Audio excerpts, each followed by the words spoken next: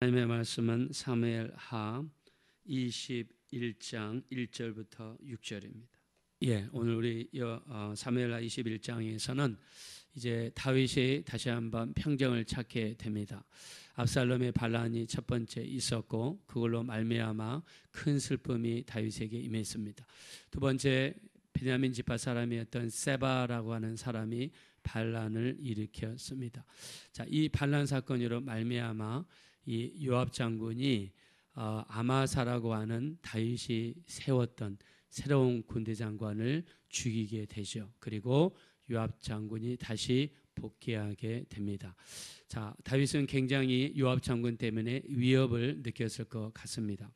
자기와 의견을 달리하고 사사건건 다윗에게 대들고 다윗을 힘들게 했던 요압 장군을 경질을 했는데 이 사람이 다윗이 세웠던 아마사 장군을 죽였기 때문입니다.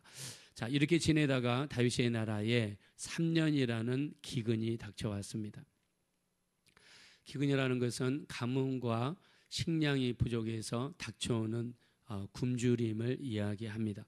자, 우리나라도 마찬가지죠. 우리나라는 전형적인 물 부족 국가입니다.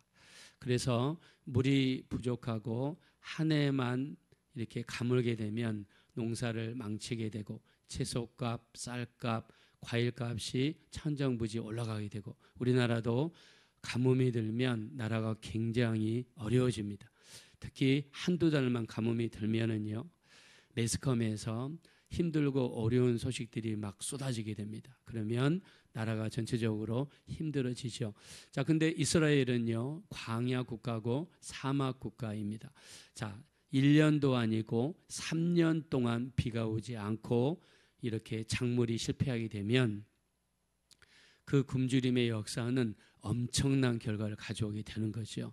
그래서 3년 동안 기근이 드니까 다윗이 하나님 앞에 기도하지 않을 수가 없습니다. 자, 그래서 다윗이 하나님 앞에 기도하는 장면이 오늘 사무엘하 21장 1절에 나와 있습니다. 우리 한번 다 같이 한번 읽어보겠습니다. 시작.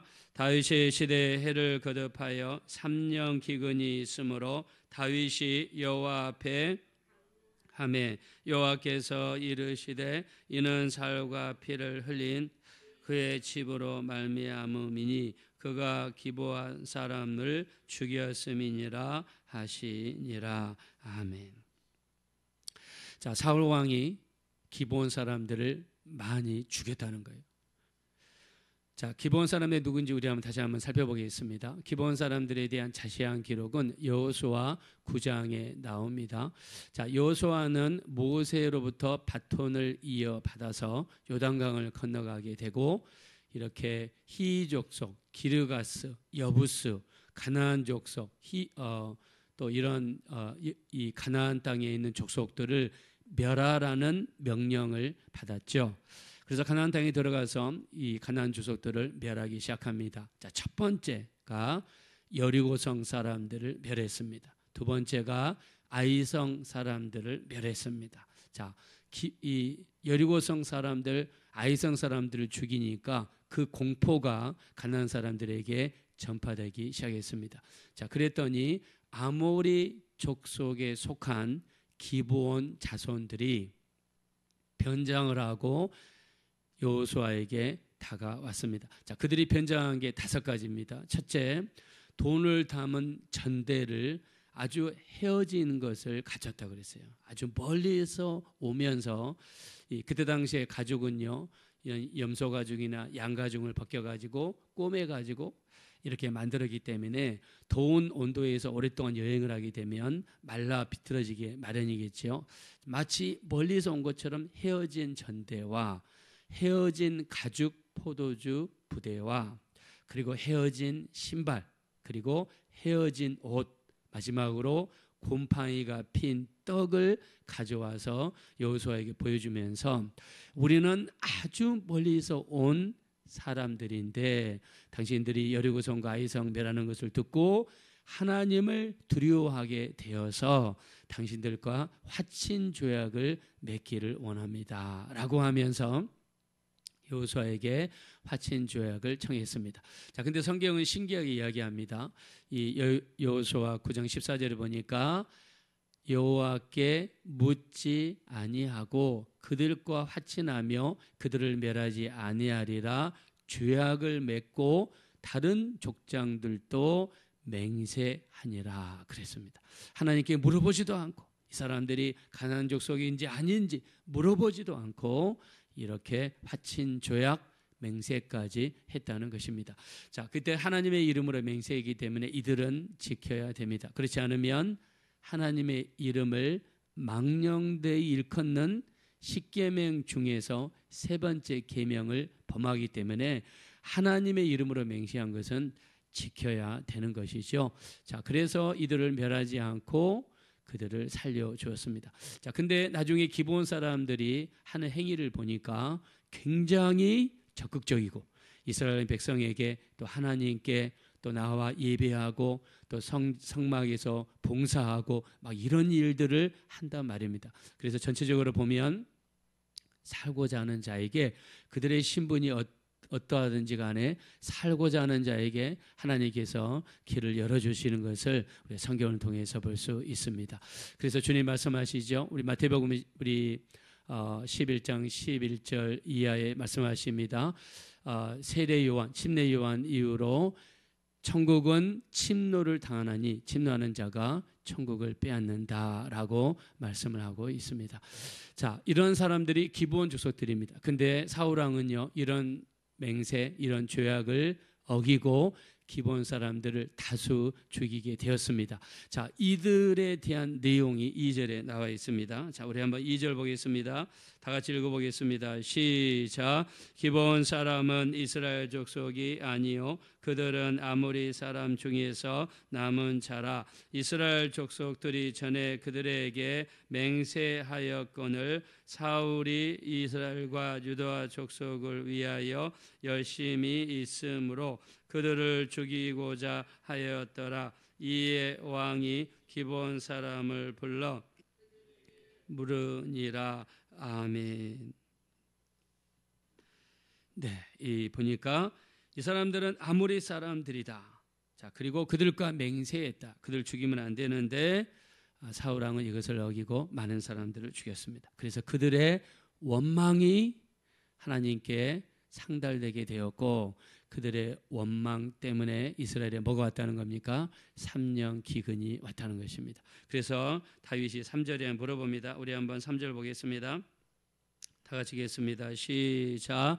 다윗이 그들에게 묻되 내가 너희를 위하여 어떻게 하랴? 내가 어떻게 속죄하여야 너희가 여호와의 기업을 위하여 복을 빌겠느냐 하니. 아멘.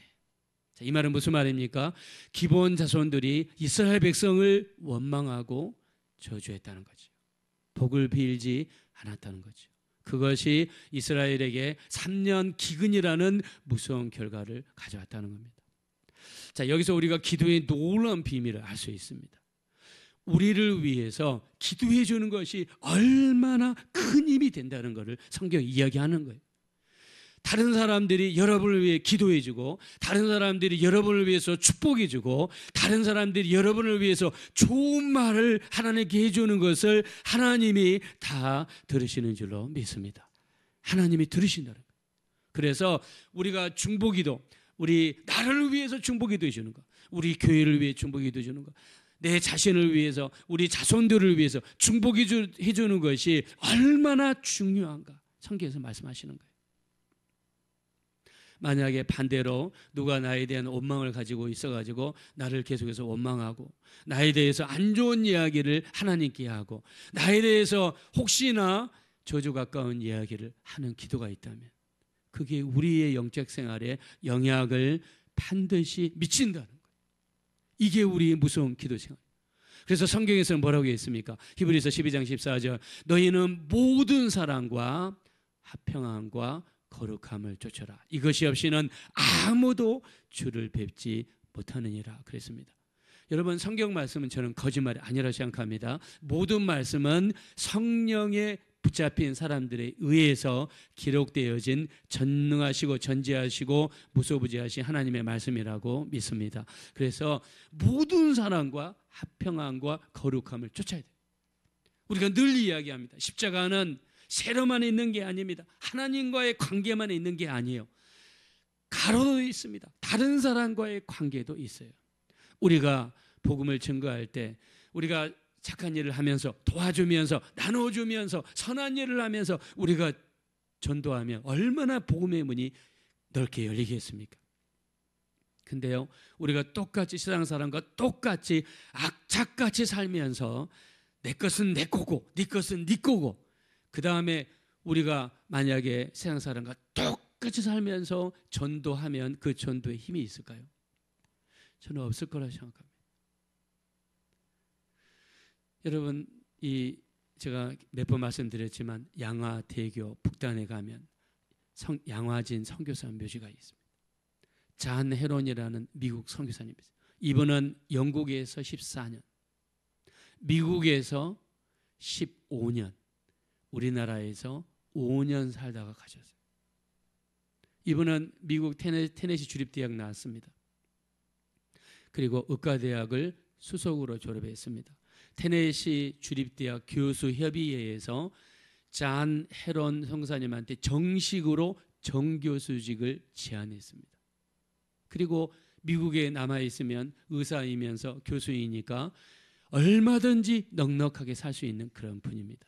근데 한 번은 의과대학을 다니면서 부흥회를 참석했는데 하나님의 음성을 듣습니다. 땅끝까지 이르러 복음을 전하라. 이 음성을 듣습니다. 그러다가 크리스찬 데일리라는 잡지를 보는데 거기에 이수정이라는 일본에 살고 있는 조선인 사람이, 이 사람이 쓴 기고문이 크리스찬 데일리에 올라왔어요. 조선에 선교사가 필요합니다. 조선에 선교사를 보내주십시오. 그러면서 이수정이라는 사람은요, 이 고종이 일본의 근대 문물을 배우라고 김옥균, 무슨 이렇게 이수정 이런 사람들을 신사참배단이라는 목표로 이 신사참배단을 꾸려가지고 일본에 가서 배우라고 보낸 사람인데 일본에 갔습니다. 이 사람이 일본에 딱 갔는데요, 이분이 이수정 이 사람이 맡은 분야는 농업 분야인데 일본의 근대화된 농업을 배워서 조선에 접목시키자, 이거를 배워가지고 오는 게 목표예요. 그때 당시에 일본 농업 박사 집에 초대를 받아가지고 갔는데 이 벽을 보니까 액자가 있는데 한문으로 뭐라고 되어 있느냐, 심령이 가난한 자는 복이 있나니 천국이 저희 것이며, 이 단어가 딱 벽에 꽂아 있는 거예요. 박사님, 저 글이 무엇입니까? 이게 마태복음 5장에 나오는 하나님의 말씀입니다. 서구 사람들은 하나님을 믿어서 잘 살고 있습니다. 이 말이 귀에 확 들어오는 거예요. 그래서 이 일본 박사님이 밥도 사주고 잠도 재워주고 교회도 데려가고 너무 잘해주거든요. 그것에 감동이 돼가지고 이수정 사람이 고종의 파견을 받아서 일본에 왔다가 예수를 믿었어요. 할렐루야. 여러분, 이렇게 예수 믿은 거예요. 이 사람이 가만히 보니까 예수 믿는 사람들이 다르거든요. 깨끗하고 정직하고 희생정신이 있거든요. 또 일본 사람들은 한 번 예수 믿으면 아주 FM대로 삽니다. 우리가 일본 사람들 욕도 하지만 배울 건 배울 필요가 있어요. FM대로 살아요. 깨끗합니다. 정직합니다. 정말 말씀대로 삽니다. 그래서 이 사람이 조선으로 안 돌아갑니다. 일본에 더 남겠다고 서신서를 고종에 보내고 남아서 이 일본에 있는 미국 선교사님을 통해서 자기가 이 편지를 쓰고 그걸 일본에 있는 미국 선교사님이 영어로 번역을 해줘가지고 미국 크리스찬 대회에 올렸는데 이거를 잔 헤론 선교사님이 본 거예요. 그래서 거기에 감동을 받아가지고 조선에 왔다가, 이 조선에는 가끔씩 이렇게 전염병이 돌고 이질이 돌면요, 선교사님들이 이 한양에 있지 않고 이 요양을 가는데 어디를 가냐면 저희 상남에 있는 남한산성으로 요양을 갔답니다. 선교사님들이 다 그리로 가는데 잔혜륜 선교사님은 혼자 남아서 수원으로 경기도로 왕진을 가면서 전도를 한 거예요. 그러다가 젊은 부인 그다음에 딸 2명을 남기고 죽었습니다. 죽으니까 막상 이 시체를 어떻게 해야 되느냐, 이 조선의 이 그때 미국 영사관인지 뭐 대표부인지 잘 모르겠는데 이 시체를 그 미국 대표부 부지에다가 딱 매장하려고 그러니까 조선인들이 몰려와 가지고 4대 이 문 안에는 시체를 매장하는 법이 없다고 하면서 해서 고종의 배려로 저 양화대교 북쪽에 있는 양화진 그쪽에다가 선교사 묘지라고 딱 땅을 할애해 줘가지고 저기가 선교사 묘지가 된 겁니다. 루비 캔드릭스라는 텍사스 출신 여자 선교사님은요, 조선에 와서 9개월 전도하다가 전염병에 걸려서 죽었어요. 그는 죽으면서 마지막 이런 말을 했습니다. 내가 1000개의 목숨이 있다면 조선을 위해서 다 바치리라. 여러분, 이 말을 듣고 사람들이 감동을 받는 겁니다. 우리 이 땅에 살면서 너희는 모든 사람과 더불어 화평함과 거룩함을 쫓으라. 이것이 없이는 아무도 주를 뵙지 못하리라.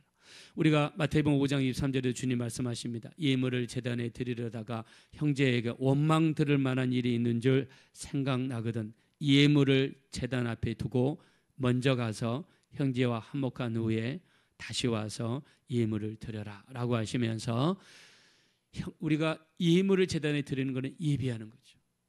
내가 다른 사람과 원만하지 않으면은 풀고 오라는 거예요. 무슨 말입니까? 그렇게 해야 우리 예배가 하나님 앞에 상달되는 겁니다. 자, 오늘 다윗의 이 기도 속에 놀라운 일을 발견합니다. 나에 대해서 원망하고 나에 대해서 불평하고 나에 대해서 혹시 저주하는 말을 하는 사람이 있다면 그게 우리 영적으로 영향을 미칩니다. 여러분, 다른 사람과 사이에서 혹시나 나를 원망하고 미워하고 저주하고 이런 일 있으면 풀어야 됩니다. 그게 우리가 살 길입니다. 이게 바로 성경입니다. 그리고 다른 사람을 위해 기도해 주는 것, 나를 위해 기도해 주는 것, 되도록이면 많은 사람이 나를 위해 기도해 줄 수 있도록 여러분 할 수 있으면 우리 서울조사랑교회를 위해서도 우리 여러분 교회를 위해서도 기도하시지만 우리 교회를 위해서도 기도해 주십시오. 기도, 이 중보기도가 너무 중요하고요. 우리 하나님께서는 이 기도를 들으시고 놀라운 응답으로 베풀어 주실 줄로 믿습니다. 우리 마지막 때 정말 다른 영혼들 위해 많이 기도할 수 있는 우리 중보기도로서 쓰임 받으시는 우리 귀한 모든 성도님들 되시기를 예수 이름으로 축원합니다. 이 시간 기도하실 때 참으로 이 마지막 때 우리가 모든 사람과 더불어 화평함과 거룩함을 쫓아서 우리가 드리는 기도마다 하나님께 놀랍게 상달되게 하시고 또 우리 영적인 삶 속에 어려움이 찾아오지 않도록 도와주십시오. 또 다른 영혼들을 위해 우리가 기도하는 중보기도자가 되게 도와주십시오. 또 우리 자손을 위해 또 배우자를 위해 가정을 위해 부모 형제를 위해 기도하는 또 교회와 다른 성도님들을 위해 기도하는 우리가 되게 해달라고 우리 합심으로 간절히 기도하겠습니다. 돌아오시고자 그러시 하나님 감사합니다. 우리가 이 마지막 때 우리 하나님 앞에 온전히 서기를 원합니다. 우리 하나님 도와주시고 불쌍히 여겨주시고 우리를 긍휼히 여겨주시옵소서. 우리를 불쌍히 여겨주시옵소서. 우리 하나님 인도해 주세요. 우리 하나님 앞에 다른 사람과 더불어 화평하기 원합니다. 거룩함을 쫓기를 원합니다. 원망의 관계, 불평의 관계 다 제거하기 원합니다. 하나님 앞에 온전히 설 수 있는 우리가 되기를 원합니다. 우리를 도와주세요. 우리를 불쌍히 여겨주세요. 우리 하나님 긍휼히 여겨주십시오. 우리 다른 영혼들을 위해 중보기도하게 하시고 믿지 않는 영혼들 교회를 위해서 나라 민족을 위해서 배우자를 위해 형제자매를 위해 부모님을 위해 자손들을 위해 기도할 수 있는 우리가 되게 하시고 우리 하나님 우리 다른 사람들과 우리의 많은 정말 좋은 교제가 관계가 온전히 이루어질 수 있도록 우리 하나님 인도하여 주시옵소서.